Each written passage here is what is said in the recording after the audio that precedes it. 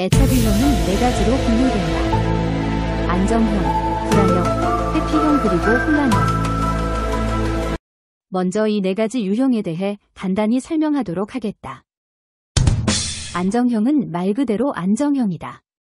사랑받을 줄 알고 사랑을 베풀 수 있는 유형이다. 안정형은 안정형끼리 끌린다고 한다. 안정형끼리 만나면 장기 연애를 거쳐 결혼까지의 가능성이 높다고 한다. 애착유형 중 가장 많은 분포를 차지하고 있다. 약 40에서 50% 정도. 불안형은 자존감이 낮고 상대방의 관심을 갈구하는 유형이다. 연애 상대가 집착하는 성향이 보인다면 이 유형일 가능성이 크다. 분포는 약 20%에서 30% 정도이다. 회피형은 독립적인 성향이 강하며 상대방에게 큰 관심이 없어 보이는 유형이다. 혼자서도 잘 지내는 사람처럼 보여 다른 사람에게는 그 점이 매력적이게 보이기도 한다. 하지만 그 내면에는 큰 장벽이 자리 잡고 있다. 분포는 약 15%에서 20% 정도. 혼란형은 불안형 플러스 회피형 짬뽕인 유형이다. No, God, please, no! 본인이 안정형 애착유형이라 하더라도 혼란형 애착유형을 가진 사람은 피하는 걸 추천한다. 정상적인 애착유형이더라도 연애를 하면서 비정상적인 애착유형으로 변할 수 있기 때문이다. 혼란형의 분포는 약 10% 정도이다. 해당 영상은 회피형 애착유형에 대한 특징 및 극복 방안을 담았다. 회피형 특징 1번. 자신을 과대평가하는 경향이 있으며 그에 반해 타인에 대한 신뢰가 낮음. 회피형은 삶은 스스로 독립적으로 살아가야 하며 다른 사람의 도움 없이 자립해 살아가야 한다고 믿고 있다. 기본적으로 다른 사람에 대한 신뢰도가 낮아서 타인에 대한 의심이 많다. 해석 1번. 어렸을 때 주양육자에 대한 요구사항이 지속적으로 받아들여지지 않아 결국 포기하게 되어버리면서 생기는 방어기제. 아기 시절 주양육자의 보살핌은 아이에게는 절대적인 필요요소이다. 주양육자에게 원하는 것을 얻지 못한다는 걸 깨달았을 때 비로소 버려짐에 대한 두려움을 느끼게 된다. 이에 대한 두려움을 이겨내기 위해 자기 방어 형태로 나타나게 된다. 회피. 아무리 울고 발버둥 쳐봐야 돌아올 게 없다고 깨달아버린 어린 자아는 애초에 요구하지 않으면 잃을 것도 없다는 무의식을 통해 강화된다. 내가 애초에 요구하지 않았기 때문에 내가 버려져도 뭐 나는 요구하지 않았어, 그래도 나는 상처받지 않았어 라는 논리. 따라서 다른 이의 도움도 필요 없다고 느끼고 자신 빼고는 믿을 사람은 없다라는 생각이 기저에 깔려 있다. 그 깊은 곳에서는 거절에 대한 극한의 두려움이 있기 때문이다. 자기 방어 형식으로 스트레스를 이겨내기 위해 스스로 방어기제가 작동한 것이다. 그러하여 주양육자를 의도적으로 회피하게 되어 스스로 요구하지 않으면 거절당할 일도 없기 때문에 상처를 받을 일도 없다는 식의 결론에 도달하게 된다. 이러한 프로세스는 무의식에서 진행되기 때문에 변화하기가 정말 까다롭거나 바꾸려고 해도 많은 노력이 필요하다. 무의식의 존재는 우리가 생각하는 것보다 우리 삶에 끼치는 영향이 지대하기 때문에 바꾸기가 쉽지 않다. 회피형 특징 2번째. 감정 표현에 서툴다. 회피형 애착유형인 사람은 자신의 진짜 고민이나 속마음을 잘 털어놓지 않는다.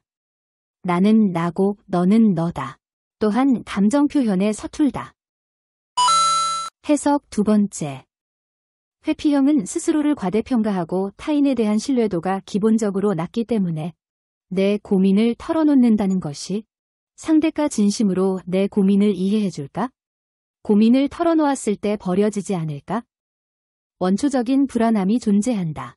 내 고민은 내가 가장 잘 이해하고 나만이 가장 진심으로 생각한다. 라는 편협한 생각을 지니고 있다. 마음의 문을 여는 것이 자연스럽지 않다. 타인이더라도 정말 가까운 관계라면 나만큼이나 나의 고민이나 생각을 이해해주고 보듬어 줄 수 있는 사람이 있는데 말이다. 사람은 혼자 살아갈 수 없다. 사람은 사회적 동물이다. 모든 것을 혼자 해결하려고 하지만 혼자 해결이 안 되는 경우도 있기 마련이다. 이때는 주변인에게 다른 형식으로 발현될 수 있다. 문제는 다른 곳에 있지만 주변인에게 짜증을 내거나 기분이 우울해 보이는 행동을 한다. 스스로는 감정에 휘둘리지 않는 사람처럼 보이고 싶지만 실제로는 그렇지 않다. 사람은 감정을 가진 동물이다. 회피형의 이런 성향은 좋게 말하면 안타깝지만 나쁘게 말하면 굉장히 오만하다. 또한 내 고민인 단점을 털어놓는다면 상대가 그걸 알고 나서 나를 떠나가진 않을지에 대한 불안함이 있다. 내 가면 뒤에 숨겨진 진짜 나를 털어놓는다는 것. 이에 대한 두려움. 이와는 반대로 친한 상대방의 가면 속 실제 모습을 보았을 때는 그냥 그려려니 생각한다. 왜냐면 모든 사람은 진짜 속모습이 있을 거라고 보편적으로 생각하기 때문이다. 회피형은 감정 표현에 서툰 면이 있다. 정확히 말하면 감정의 스펙트럼이 좁다.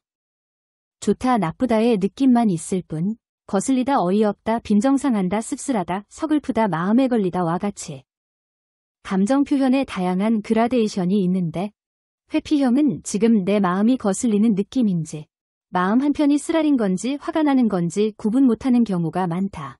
좋다 나쁘다의 느낌만 있을 뿐 세부적인 뉘앙스 차이는 인식하지 못한다. 특징 세 번째. 회피형은 기본적인 타인에 대한 낮은 신뢰도 플러스 불신을 지니고 있다. 사람은 원래 그런 존재이다. 사람은 원래 자기밖에 모른다. 라는 무의식이 기저에 깔려 있다는 거다. 또한 사람은 변하지 않는다는 강력한 편견을 갖고 있다. 그것도 부정적인 방향으로 말이다. 나 자신이 나밖에 모르니 다른 사람도 자기 자신밖에 모른다는 엄청난 착각을 한다. 세상은 넓고 사람은 다양한데 말이다. 그런 상태에서 연인과의 갈등 상황이 생기면 속으로는 이에 또 이러네 생각을 하게 된다.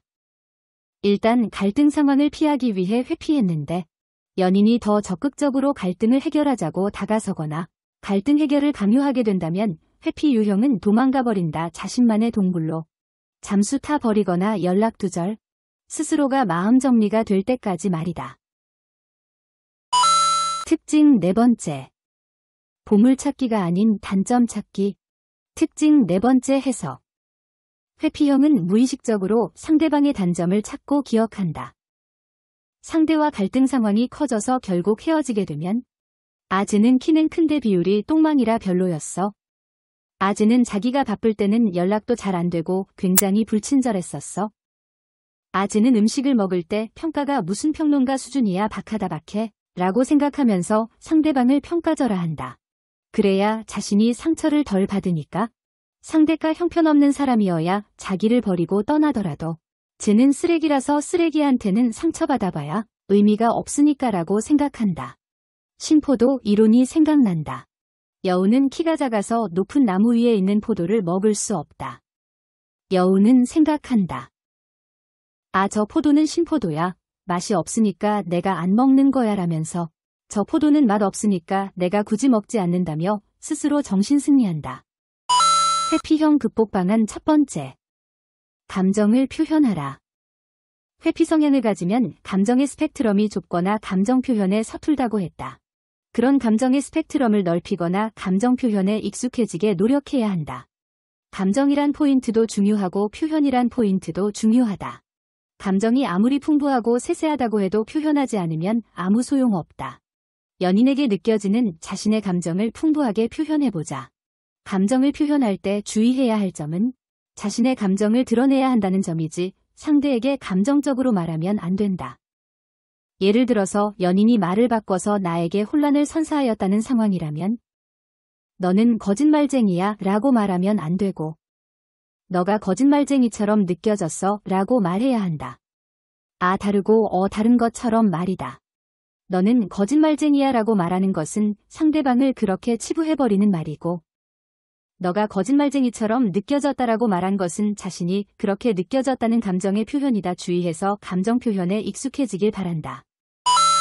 극복 방안 두 번째. 갈등을 맞닥뜨려라. 회피형은 책임이 주어지는 일이나 갈등이 생기는 일을 만나게 되면 도망가고 싶은 충동이 생긴다. 그런 상황에 있을 때 도망가지 않고 맞서 봐야 한다. 맞다, 두렵다. 실패할까봐 두렵다. 상대에게 상처받고 버려지고 모든 게 망해버려서 수습이 불가능할 수도 있지만 그냥 해보자. 내가 해서 망할 일이었으면 다른 사람이 해도 망할 일이었고 내 마음을 솔직하게 말했을 때 떠날 사람이었으면 그게 아니라도 떠날 사람이었다고 생각해라.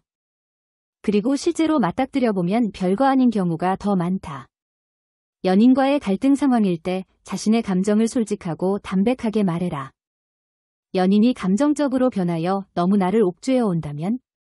나는 지금 너무 압박감이 느껴져. 계속 이런 식으로 한다면 나는 도망가고 싶은 마음이 들 것 같아. 라고 담담하게 털어놓자. 연인에게 시간을 달라고 요청했다면 갈등 상황에 대해 심도 있게 심사숙고한 뒤 다시 얘기하면 된다. 내가 관계에 대해 아무런 생각이 없으면 어떻게 하냐고.